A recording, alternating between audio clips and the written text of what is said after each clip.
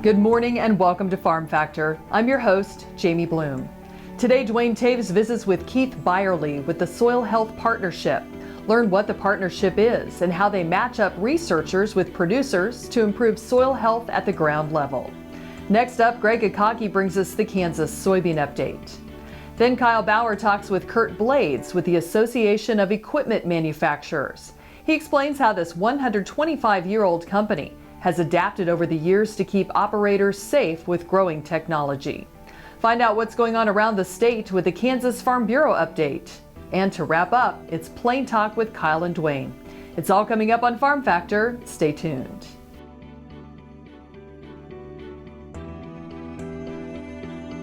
Closed captioning brought to you by Ag Promo Source. Together we grow. Learn more at agpromosource.com. Kansas Farm Bureau has served farm families in rural Kansas for more than 100 years. We're pleased to offer new health care coverage choices for Kansans in 2020 through Kansas Farm Bureau health plans. No matter what stage of life you're in, we'll have options that fit your lifestyle. Plus, our network of providers is one of the largest available throughout the state of Kansas and beyond. For more information, including the different plans available, or to get a quote, visit kfbhealthplans.com. Okay, looks like it's time for our tour. Welcome to the Fort Wallace Museum. Here at the museum, you're going to find some really interesting stuff like our replica stagecoach from the Butterfield Overland Dispatch. We've got facades from the fort buildings. We've got an 1870s flag. There's a plesiosaur that was discovered locally. We've got the Ray pump organ collection. We're a little bitty place with a great big story, and we'd love to have you. This segment brought to you by Kansas Farm Bureau, the voice of agriculture. To join today or for more information, go to kfb.org or find us on Facebook and Twitter. Welcome back to Farm Factor. Up first today, Duane Toews talks to Keith Byerly with the Soil Health Partnership. Duane Toews joining you once again, and an opportunity to catch up with Keith Byerly. He's with the Soil Health Partnership. Keith, for folks that maybe are a little unfamiliar with that, can you give us an overview and background on why that's important and what the organization's trying to accomplish? Sure. So the Soil Health Partnership is part of the Stewardship Action Committee at NCGA. So we are a division of the National Corn Growers Association, and we exist to help facilitate on-farm research and the collection of data when it comes to soil health practices on the farm. And we really are here to exist in that space that is between academia and the commercial agronomists and the growers, because there's a need for that to be filled. There's a need for expertise in this area that's really hard for some of those other groups to be on the farm and conduct research on and fulfill those needs. So, Keith, we think about kind of a triad, if you will, of folks that are involved in between the research and education and application. If we don't accomplish the task of getting that research into applied practices on the field, we really haven't hit our goal.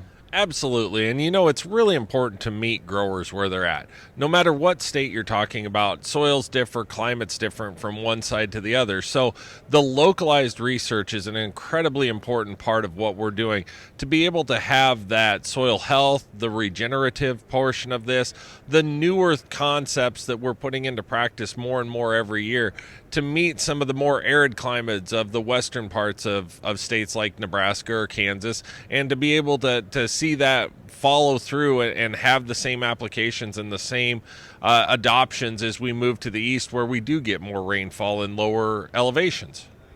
Talk a little bit about ways that folks can get involved or learn from this opportunity and look at some of these practices. Sure. So the great thing about the Soil Health Partnership is it's not just about the 200 or so growers that we have doing active research on their farm across the 16 states we're in today. The great part is that all growers have the opportunity to benefit from what we're doing out there. So whether it's connecting with us online, which is the easiest way to do it, we have our Soil Sessions webinars, we have podcasts starting up this month. We have all sorts of information available online, but it's about more than just the on-farm research. It's the economic part of this as well that's available to farmers that helps them see the business cases that we put together with the growers that we're doing to understand how it's not just about what's beneath our feet in the soils and how that changes that affects us, but it's also tremendously important to be able to make sure that it's sustainable today from an economic standpoint so the growers have the opportunity to put those practices into play. You referenced that part of sustainability would be economic sustainability. But the neat thing is about some of these practices that we're looking at in agriculture at this point really doesn't cost anything and gains dollars additionally to the bottom line. That's why looking at business cases and really understanding the entirety of the ebb and flow of these processes is so important, because while it may cost more to seed and implement these cover crops, for instance, there's a tremendous benefit when it comes to weed control and some other things out there that you don't necessarily think about going directly to the bottom line in the way that you capitalize those budgets out for the year, but do still go directly to the bottom line and give that opportunity for successful profitable implementation of these things. And Keith, if somebody is specifically wanting that information, is there a website or an easy place for them to access the organization? If you go online and look for the Soil Health Partnership, whether it's directly online or Facebook, Snapchat, Twitter, you'll find us there, and it's really easy to connect through any of those channels. All right, thanks to Keith for joining us on the program. Jamie, we'll send it back to you. Thanks, Duane. After the break, it's this week's Kansas Soybean Update. Stay with us. Ag Promo Source is a unique group of marketing specialists with one mission: help your ag business grow. Each affiliate has their own area of expertise, and they work together to bring you advice, products, and services. To get started, visit agpromosource.com. Ag Promo Source. Together we grow. What if we dreamed bigger? What if we looked beyond ourselves to the world outside? With the world population over 7 billion, who will lead us into a sustainable future? Kansas State University's Agronomy Department is working to build that brighter future for us all. As a career in high demand, we're working to understand, manage, and protect Earth's vital resources. We help farmers manage and grow their harvest by studying the science behind plants, soils, and the environment, providing a higher standard of living for all, while being good stewards of our natural resources. We work to make the future greener. We work to make the future brighter. Explore a rewarding career and join us in helping feed the world. Discover the possibilities with Kansas State University Agronomy.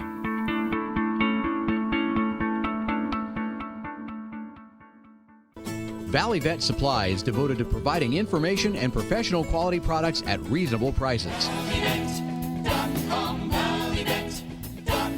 Valley Vet Supply. This segment brought to you by the Kansas Soybean Commission, the Soybean Checkoff, progress powered by Kansas farmers. Welcome back to Farm Factor and the Kansas Soybean Update. This is the Kansas Soybean Update. It's brought to you by the Kansas Soybean Commission. The Soybean Checkoff, progress powered by Kansas farmers.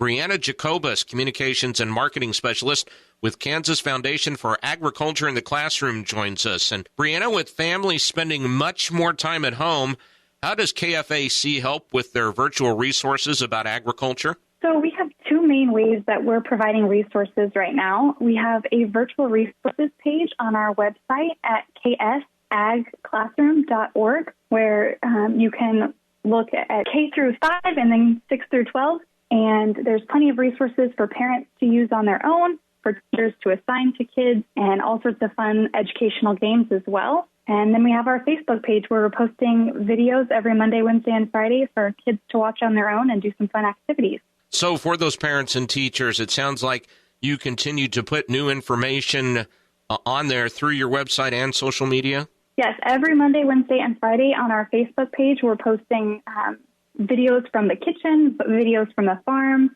and all sorts of fun resources for kids to learn about ag. You have also launched your Kansas Foundation for Agriculture in the Classroom Teacher of the Year applications, too.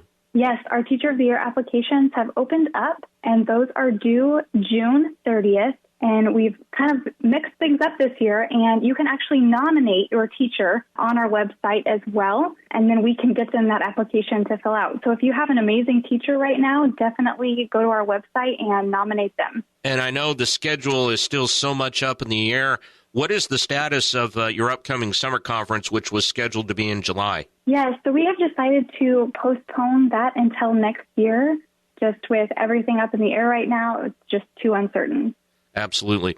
So once again, Brianna, if there are parents and teachers out there who want to learn more about agriculture and they can go through Kansas Foundation for Agriculture in the Classroom, what is the best way for them to do that? Just go to your website or through social media? Yes, you can go to our website at ksagclassroom.org or visit our Facebook page at Kansas Foundation for Ag in the Classroom.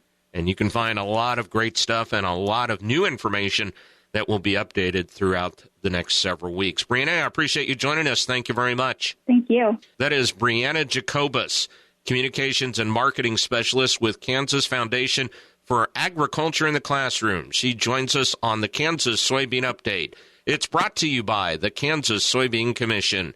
The Soybean Checkoff, progress powered by Kansas farmers. Learn more at kansassoybeans.org. For Kansas Soybeans, I'm Greg Akagi. Stay tuned after the break. Kyle Bauer talks with Kurt Blades, who explains what role the Association of Equipment Manufacturers plays in agriculture. Sure Crop Fertilizers was started by my father, Don Sherman, and my mother, Shirley Sherman.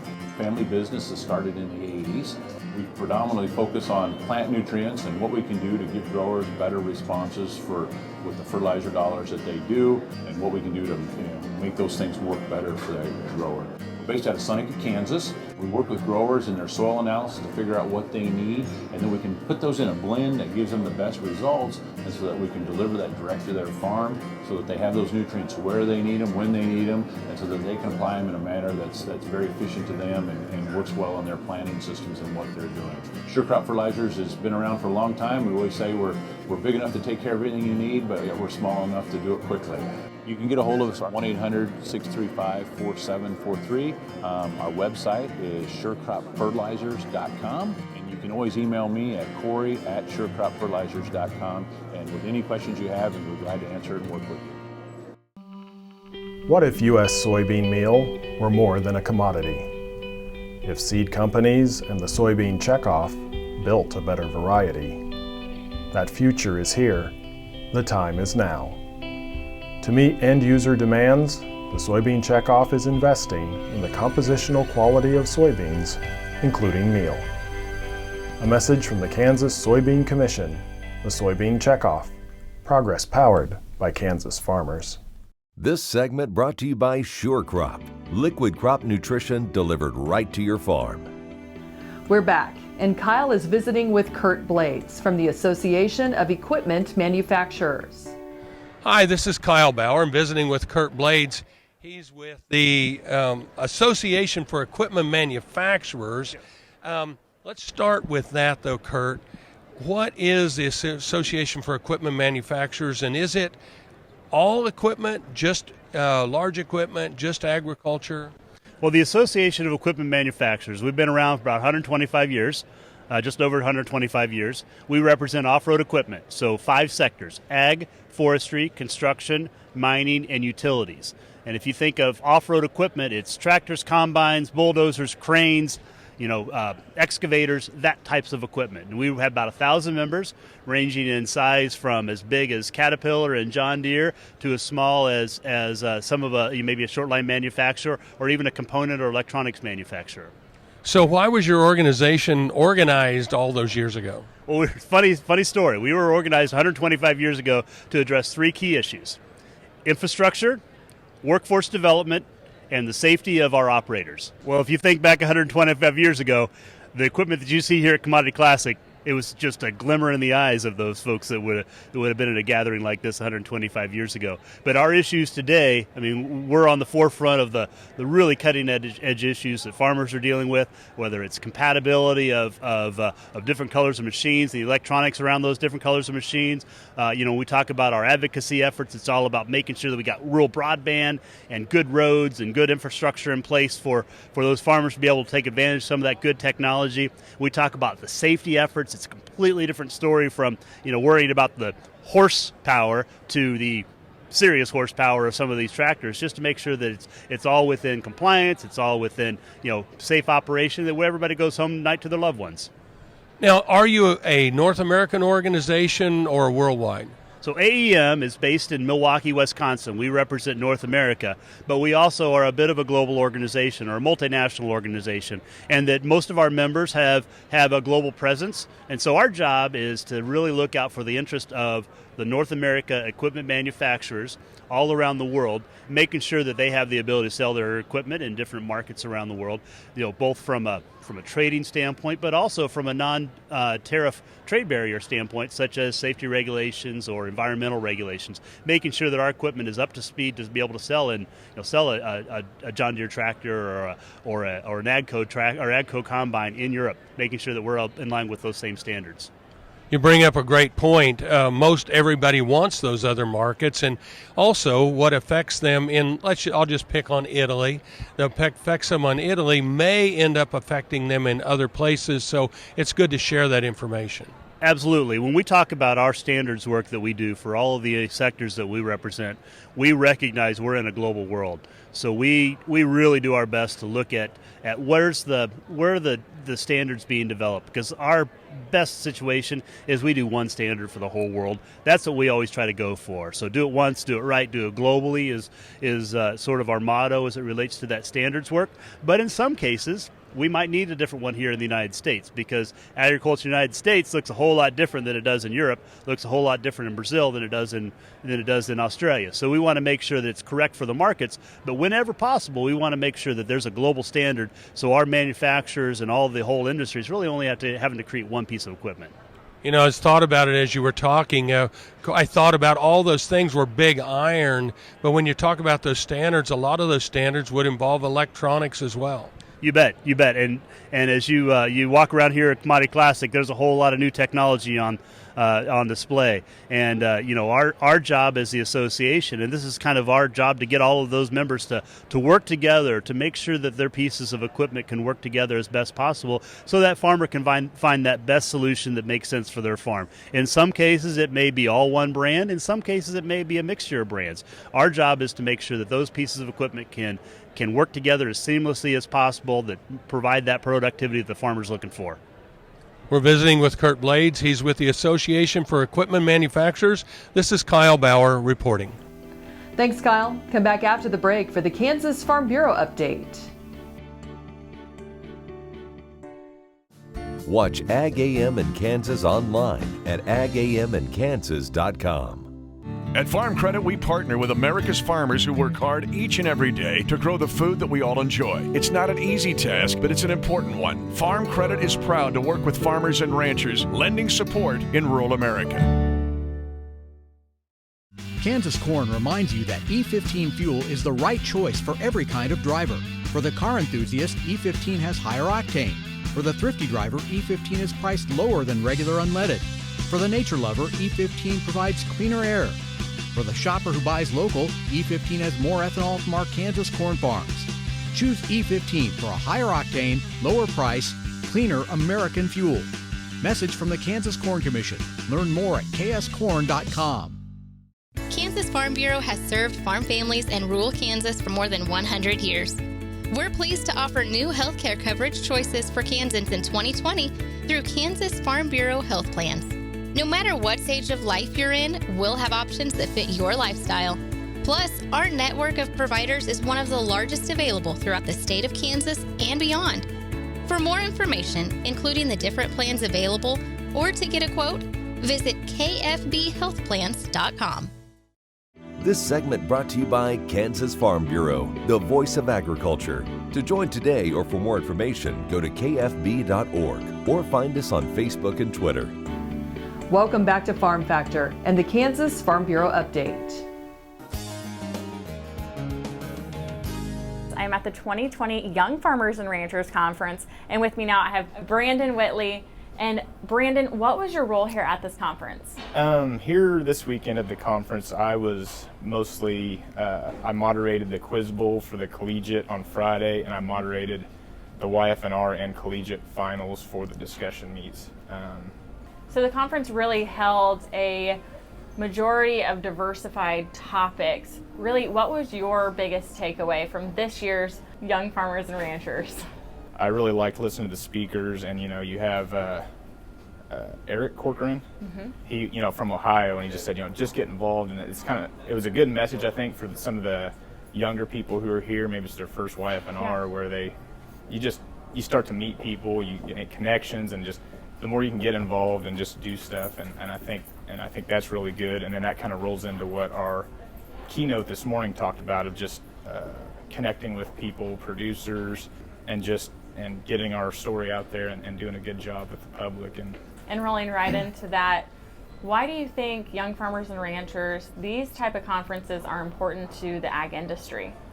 I think for a couple of reasons. I mean, one, I think at this level, maybe it helps develop leaders who then can go on and go farther, whether it be in Farm Bureau or just in the communities to promote agriculture or whatever that might be.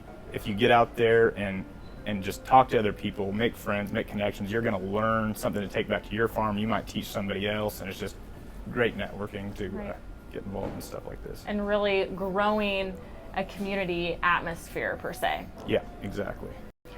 Well, a big thank you to Brandon Whitley for being at the 2020 Young Farmers and Ranchers Conference here in Manhattan. I'm Britton Rucker, and this is Ag AM in Kansas. Stay with us. We'll be back after the break with Plain Talk. The Kansas Wheat Innovation Center in Manhattan is rediscovering ways to get improved varieties and new genetics in the hands of farmers faster. Grower-led and checkoff-funded research initiatives are bringing about positive change. This grassroots leadership provides a strong voice in Topeka and Washington, D.C. Now is the time to partner with Kansas Wheat in moving wheat forward. Kansas Wheat Commission and Kansas Association of Wheat Growers.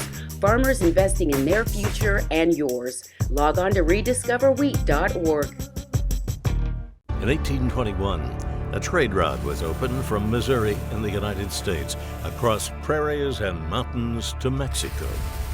In 2021, we will mark 200 years of epic conflicts and grand adventures, larger-than-life personalities, and sweeping landscapes. Join us on an historic journey. The Santa Fe Trail lives on. Find us on social media or santafetrail.org. I'm Bob Swartz, and I've devoted the last 43 years to helping Kansans reach their retirement goals and to protect the family farm.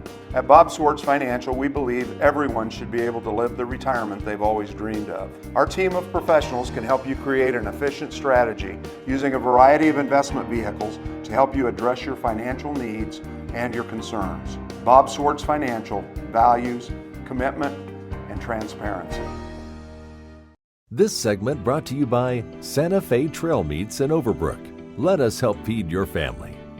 Welcome back. Now let's see what Kyle and Duane are up to on Plain Talk. Hi, this is Kyle Bauer with Plain Talk, with the guy who always said, it's supposed to be hard. If it wasn't hard, everybody would be doing it. And if it wasn't hard, then you wouldn't be great. Duane Toews. Sometimes you got to step up and, take credit for who you are. Okay, I don't think that's the same thing as being hard. Well, I was going with the part about being great. Oh. Okay. Modesty wasn't lost in our family. That's exactly right. I took care of all that for everybody. Like my dad always said, if you don't ring your own bell won't get rung. Yeah. If you're going to wait around. If you sit around waiting for somebody to compliment you and cheer you on, you're going to be sitting around and waiting for a long time. Your fact or fiction question of the day, Kyle Bauer. If a little old photon, a little bitty tiny photon, Well, Okay. they're all the same size. I knew about protons and electrons and neutrons. Photon. I don't know what a If photon a photon is. was to leave the core of the sun, like the very center of the sun. Photons are little photos. Yeah. Okay. Yeah. So It would take him 40,000 years to get to the outer edge of the sun. wow. And another 40,000 to get from the sun all the way to the Earth. Well, it depends on what speed he's going. You said Well, he's what? going the same speed the whole time. Well, yeah, he's obviously going a snail's pace. It's like photons obviously are not speedies. They're not rabbitons. The old rabbiton. No, photon. That seems hard to believe, but I'm going with fiction. It is fiction. It takes 40,000 years to get from the core of the sun to the surface, and a whopping 8 minutes from the sun's surface to the Earth. See, I thought that That's the speed faster of than light. That's like way faster than light. How fast does light get here from the sun? Well, every morning the sun comes up. I don't know the speed of And light. it gets here on time every time. But the distance between the sun and the Earth, I thought it was a period of. I thought the light that we see today left there long time ago. Well, I thought so too, but how a long time ago? A long time ago to somebody as old as you and me, and not that we're the same age, is different than if you're like a 6-year-old. Maybe if the crack research team that edits this program is on the ball, they can flash that up on the screen for everybody and disprove everything that I thought I knew. There you go. And they will. That never happens. No. Yeah. And they will. Go ahead and discredit all you like. Sure. So, speaking of being discredited, you're going, I can see you break out in sweat. No, I was just going to say is, how do we determine who we're going to believe and who we're not going to believe? I mean, who's credible? Right. Who isn't credible? These days, there's lots of opinions, lots of facts, lots of different stuff going on in the world on any given day. On everything. And you have to sort it.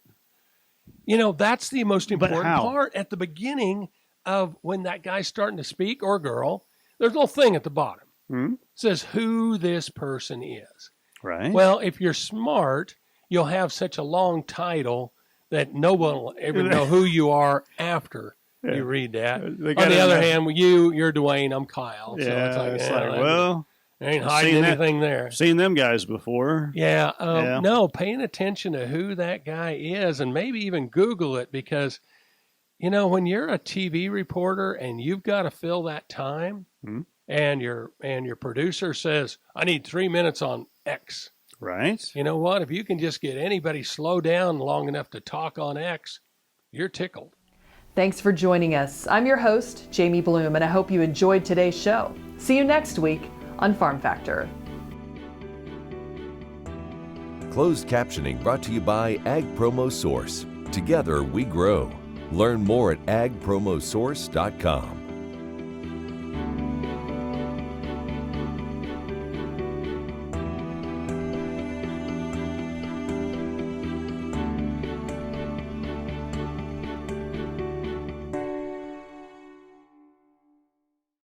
KFRM is one of the largest farm radio stations in the nation, dedicated to informing and entertaining rural listeners from northern Oklahoma to southwestern Nebraska.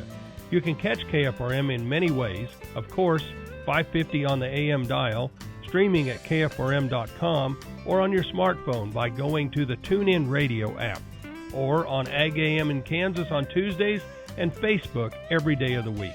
KFRM, tune us in. You'll be glad you did.